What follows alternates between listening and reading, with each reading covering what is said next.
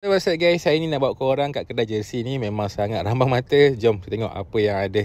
Baru je bermula menyelam dah nampak dah jersey rare. Ni Fandi Ahmad dengan Singapura siap sign lagi.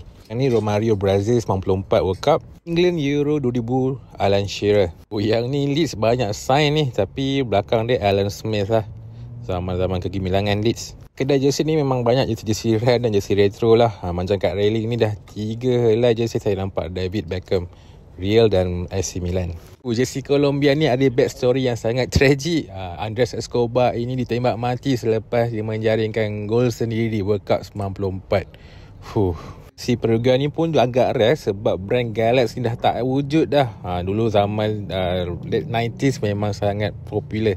Bukan sekadar kedai, kat sini dah macam man cave dah.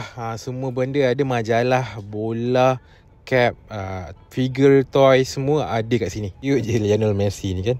Dia perasan satu gerobok rahsia. Yang ni tak tahulah owner nak jual ke tak. Zaman-zaman Nike Malaysia yang dulu lah. Sangat rare.